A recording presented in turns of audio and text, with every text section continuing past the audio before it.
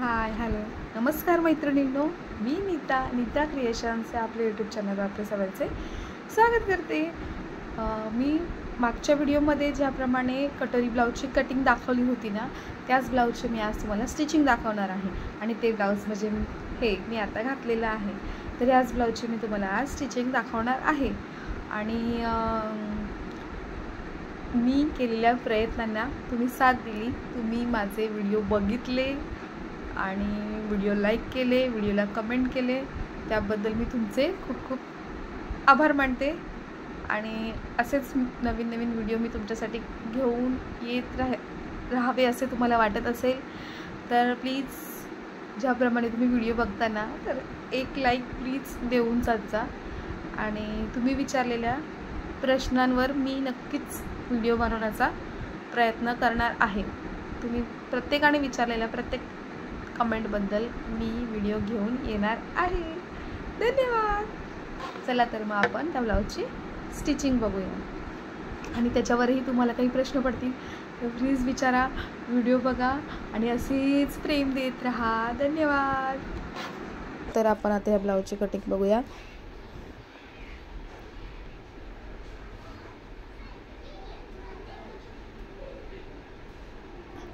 अस्तर सोबत आपल्या ब्लाऊजच्या कपड्याची कटिंग झालेली आहे। आता आपण सुरुवात कटोरीपासून करूया।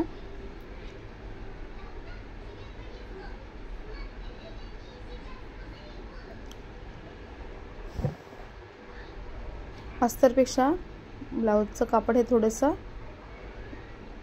जास्तीचं कटिंग केलेलं आहे।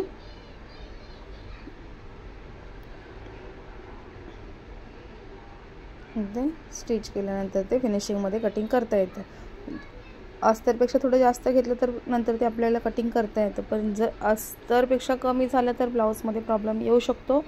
म्हणून अस्तरपेक्षा थोडं जास्त कटिंग करून घ्यायचं आणि ते अस्तरसोबत जोडल्यानंतर फिनिशिंगमध्ये कटिंग करून घ्यायचं।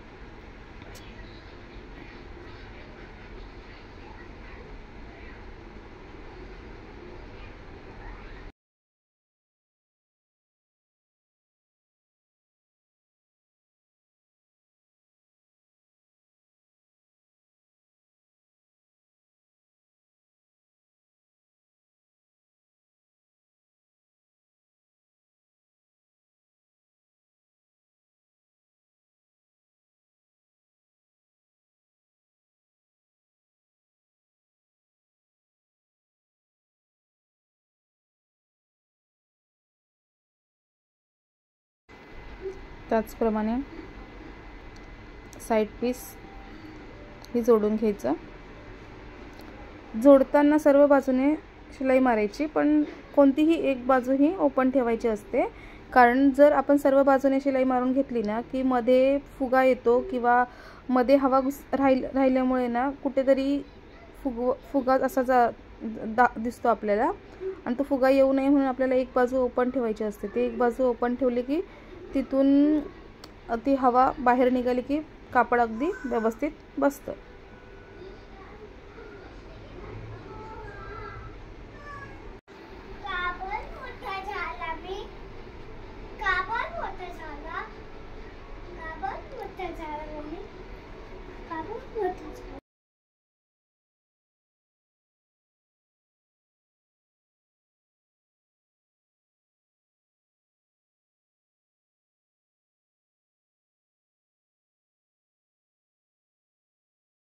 साइड पीस ही सर्व बाजूने जोडून घेऊया। या प्रकारे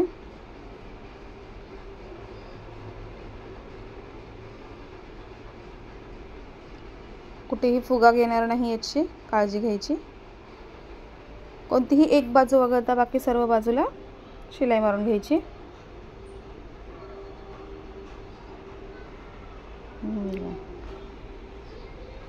आणि फिनिशिंगमध्ये कटिंग करून घ्यायची.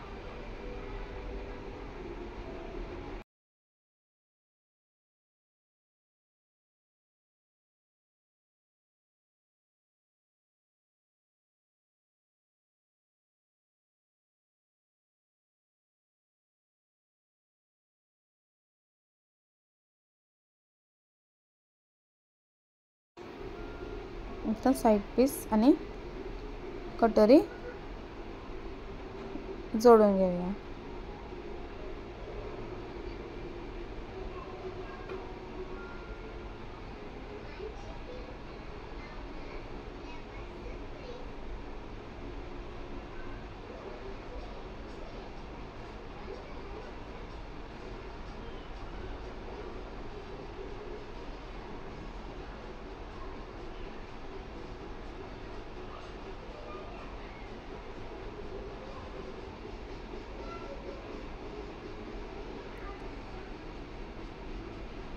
योगपट्टीची स्टिचिंग करताना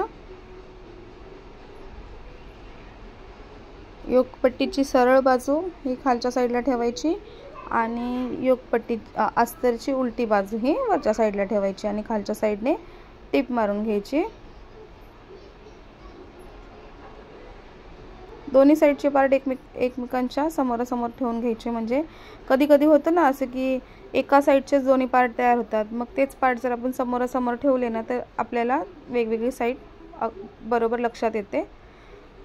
आणि ती टीप टाकल्यानंतर आपण आता एक दाब स्टिक अस्तरवर टाकून घ्यायची. टीप ही नेहमी अस्तरवरच टाकायची, कापडावर टाकायची नाही.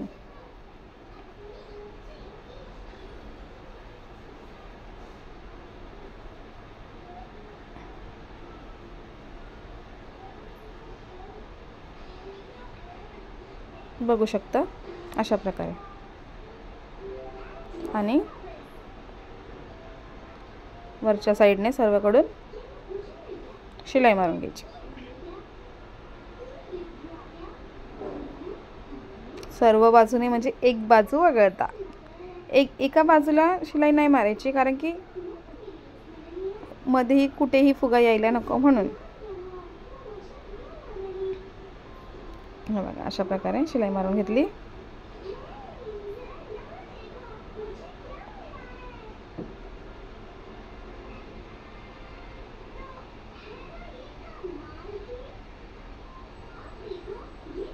आता कटोरी आणि साईड पीस जोडून घेऊया.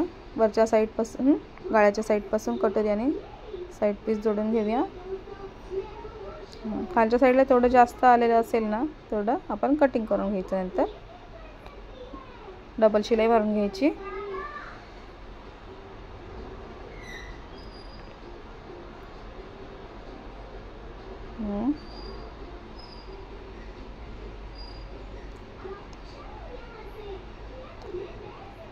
कटोरीचं टक्स देताना 1.5 इंच रुंदी आणि 2.5 इंच लांबीचा असा तिरकस टक्स देऊन घ्यायचा. माझ्याकडे ना मोठं असं ते काय म्हणतात ट्रायपॉड आहे ना ते नाही आहे, छोटंसं असं आहे आणि ते मी मशीनवरच ठेवून शूटिंग करत असते ना, म्हणून मला प्रॉपर दाखवता येत नाही.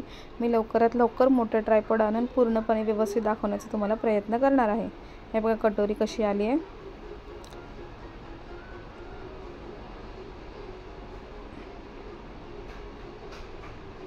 आता योगपट्टी जोडून घेऊया.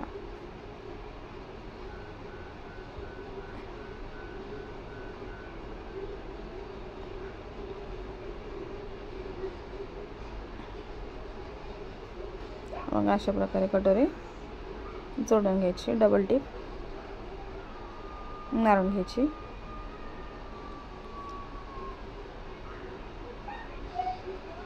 बाजूला पट्टी आहे, पट्टीच्या बाजूला पट्टीने अशी सरळ रेषा आखून फिनिशिंगमध्ये कट करून घ्यायचं.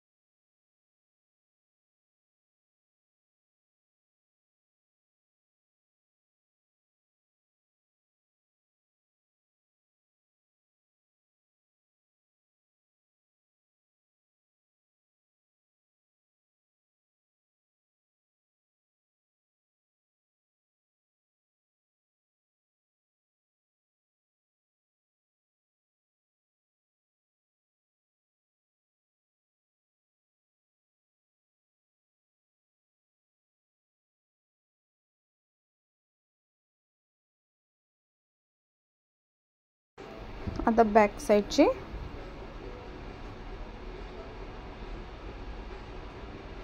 हे बघा 10 इंचचा गळा, पंचकोनी गळा तयार करूया आपण.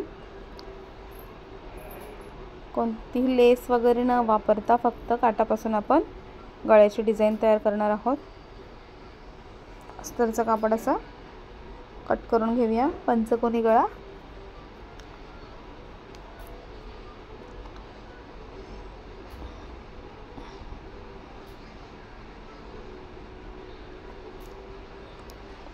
ब्लाऊजचं कापड सरळ बाजूने आणि अस्तरचं कापड हे उलट्या बाजूने ठेवून गळ्याच्या आकाराला शिलाई मारून घ्यायची.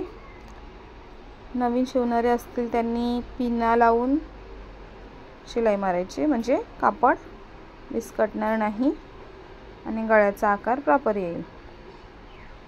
पंचकोनी गळा असल्यामुळे त्याला 3 ठिकाणी कॉर्नर येतात आणि त्या कॉर्नर फिनिशिंगमध्ये येण्यासाठी सुई आतमध्येच ठेवून दाब उचलायचा आणि मग कॉर्नर फिरवायचा, म्हणजे कॉर्नर व्यवस्थित येतात. सुई उचलून जर कापड फिरवलं तर तिथे कॉर्नर व्यवस्थित येणार नाही.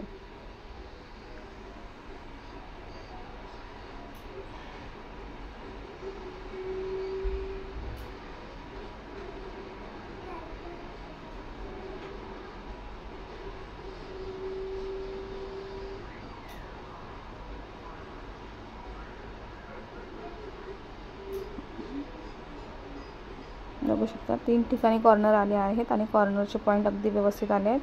तर हे कापड आपण कट करून घेऊया.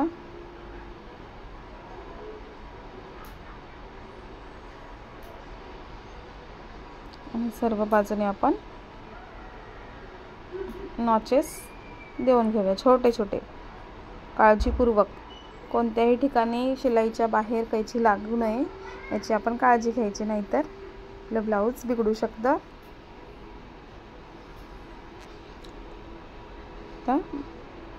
पुढच्या साईडला ब्लाऊज पलटी मारून अशी शिलाई मारून घ्यायची सर्व बाजूकडून.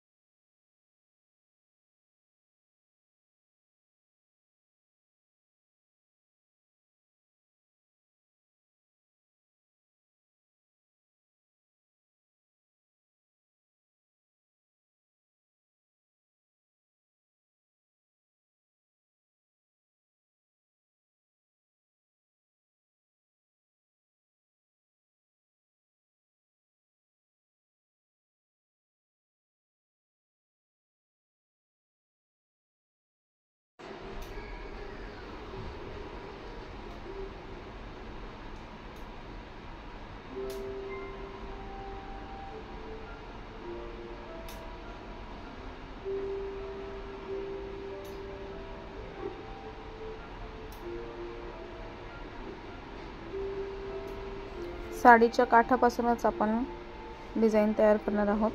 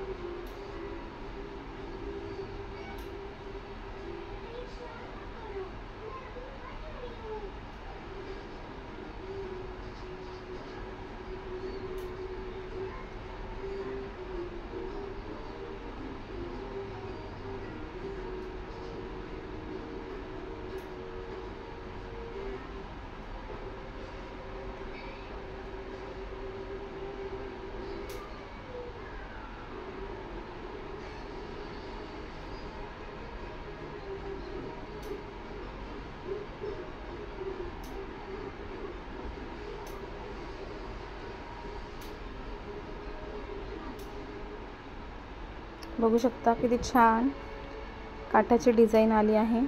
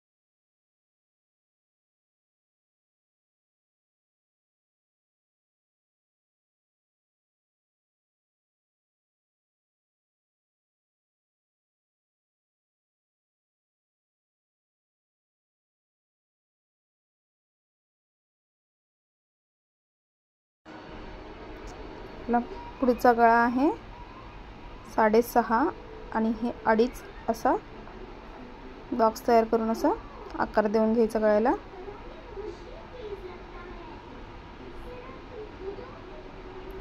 हा आपला गळा जास्त डीप पण नाही आणि जास्त छोटा पण नाही, व्यवस्थित आहे।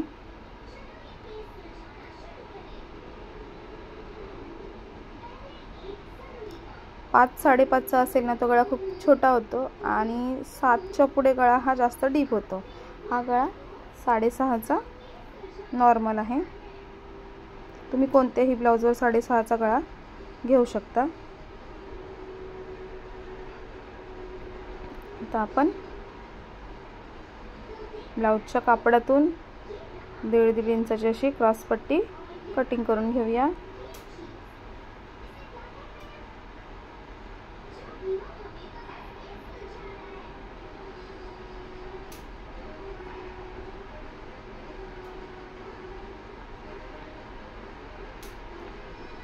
अशी दुमडून क्रॉस पट्टी वरच्या साइडने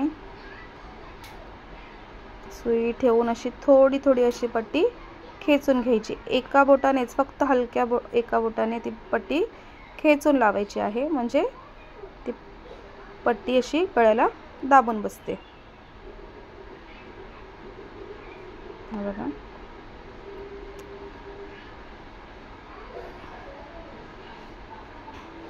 धागा बॉक्स मधला ह्या वेळेस काय माहित ना कसा आलाय, सारखा सुईमधून निघतोय। तो धागा बहुतेक बारीक असेल ना, म्हणूनच सारखा सारखा निघतोय सुईमधून।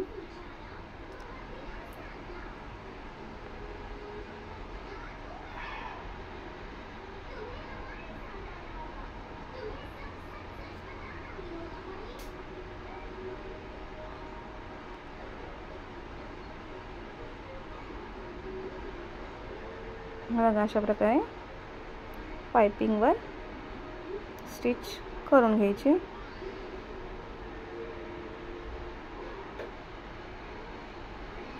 जास्त घाई करू नये पाइपिंग करताना। पाइपिंग हा ब्लाउजचा सर्वात महत्त्वाचा पॉइंट असतो आणि पाइपिंग जर जमली ना तुम्हाला तर ब्लाउज आलंच म्हणून समजा परफेक्ट।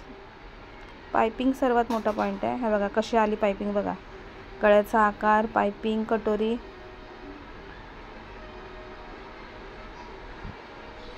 आता बॅक पार्ट आणि फ्रंट पार्ट एकमेकांना जोडून घेऊया। बघा, हा मध्य काढायचा।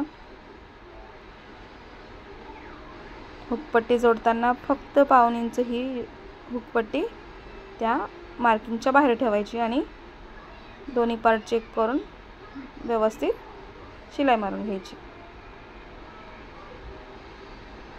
अशा प्रकारे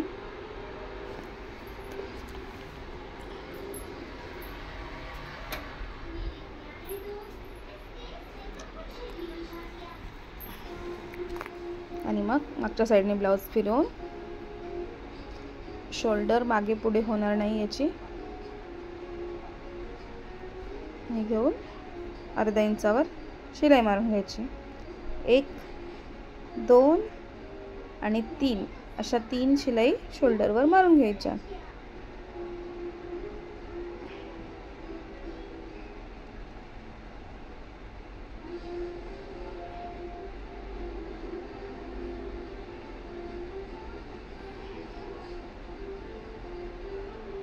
आता आयपट्टी ठेवताना आयपट्टी ही पूर्णपणे मार्किंगच्या बाहेर ठेवायची। बघा अशी, आणि मग हे बघा अशा प्रकारे शिलाई मारून घ्यायची।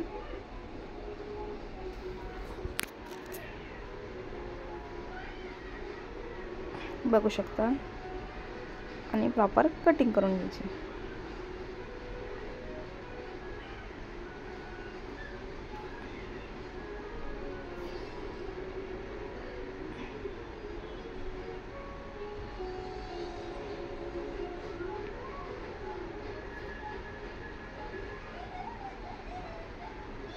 मी पुढच्या व्हिडिओमध्ये माझ्या मुलाला कॅमेरा धरून व्यवस्थित अशी शूटिंग करून तुम्हाला दाखवेन। याच्यामध्ये ना मला ट्रायपॉड छोटा असल्यामुळे व्यवस्थित दाखवता येत नाही, तेवढं समजून घ्या। सुरुवात आहे। आणि हे बघा मुंड्याचा पार्ट व्यवस्थित कट करून घ्यायचा असा।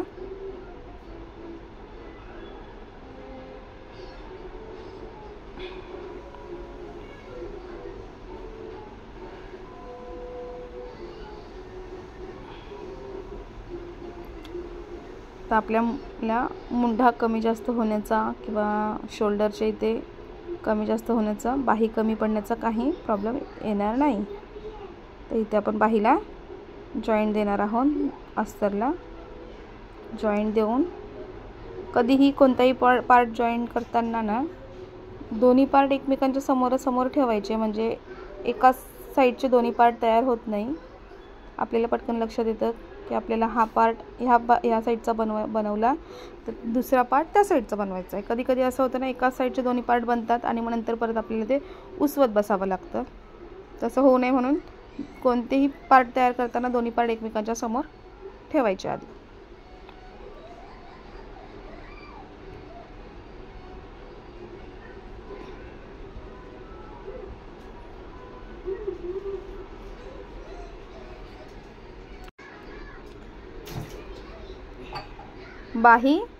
बाहीचं ब्लाउजचं कापड हे सरळ बाजूने आणि अस्तरचं कापड हे उलट्या बाजूने ठेवून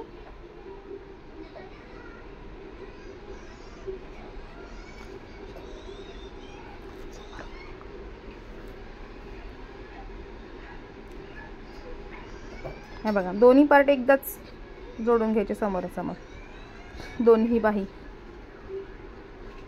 माझ्याकडूनच आधी सुरुवातीला कसं व्हायचं ना, मी दोन्ही बाही एका साईडच्याच बनवून टाकायची आणि मग माझ्या नंतर लक्षात यायचं, अरे देवा मी दोन्ही बाही एकाच साईडच्या बनवून टाकल्यात। मग मी स्वतः नंतर हे केलं की दोन्ही पार्ट एकमेकांच्या समोर ठेवले ना की दोन्ही पार्ट वेगवेगळे तयार होतात। त्याची आपल्याला सवयच लागून जाते मग। आणि ते शिलाई मारल्यानंतर दाब स्टिप ही अस्तरवरच मारायची आहे। दाब स्टिप ही आपल्या ब्लाउजच्या कापडावर यायला नको।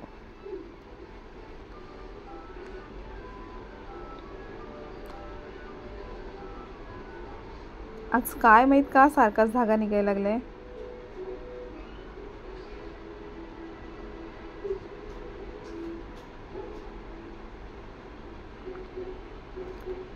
आपण छोटीशी अशी डिझाईन तयार करायची आपल्याला बाहीवर, म्हणून आपण अस्तरपेक्षा 1 इंच उंचीला जास्त असं ब्लाऊजचं कापड कट करून घेतलं आहे. बाहीचा मध्य काढून 1.5 इंचावर आपल्याला मार्किंग करून घ्यायची आहे.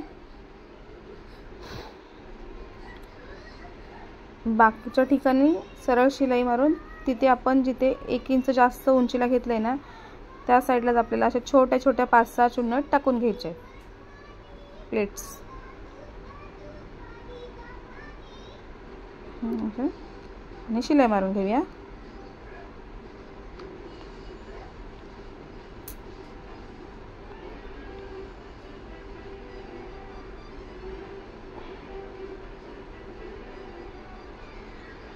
बघा अशा प्रकारे.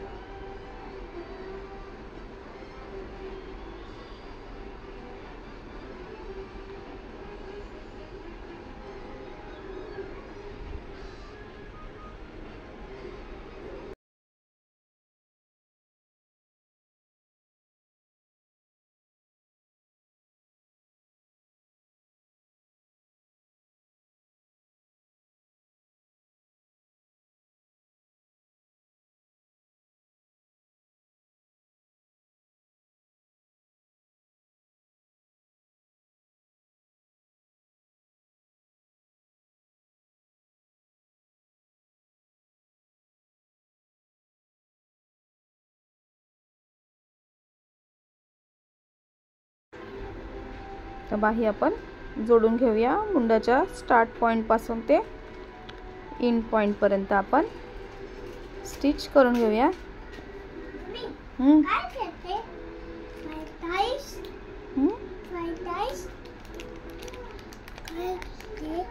मी काम करते. काय मागवते आपण नंतर बोलूया विरा.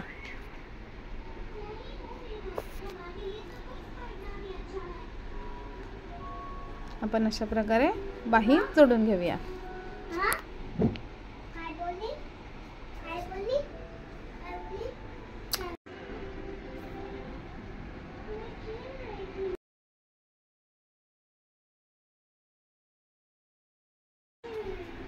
बघू शकता आपण बाही कशा प्रकारे आली आहे. तर आता आपण बाहीला तेवढ्या पार्टला शिलाई मारून घेऊया आणि मग फिटिंगची शिलाई मारूया.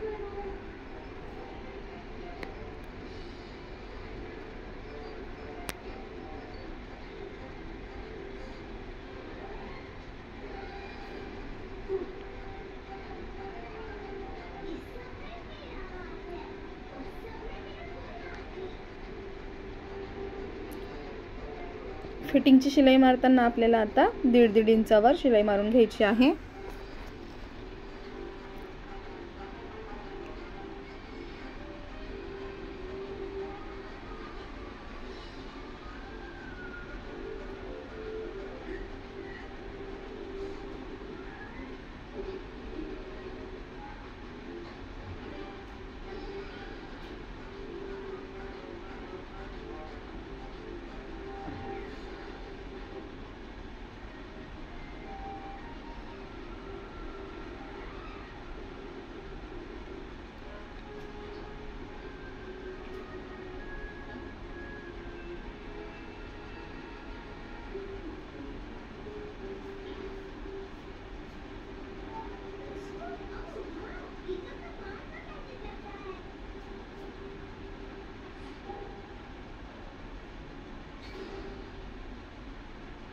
आपण 2 किंवा 3 फिटिंगच्या शिलाई मारून घ्यायच्या.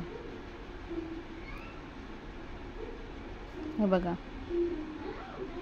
अगदी व्यवस्थित असं छोटासा पफ बाहीवर. कसं वाटलं ब्लाऊज नक्की सांगा.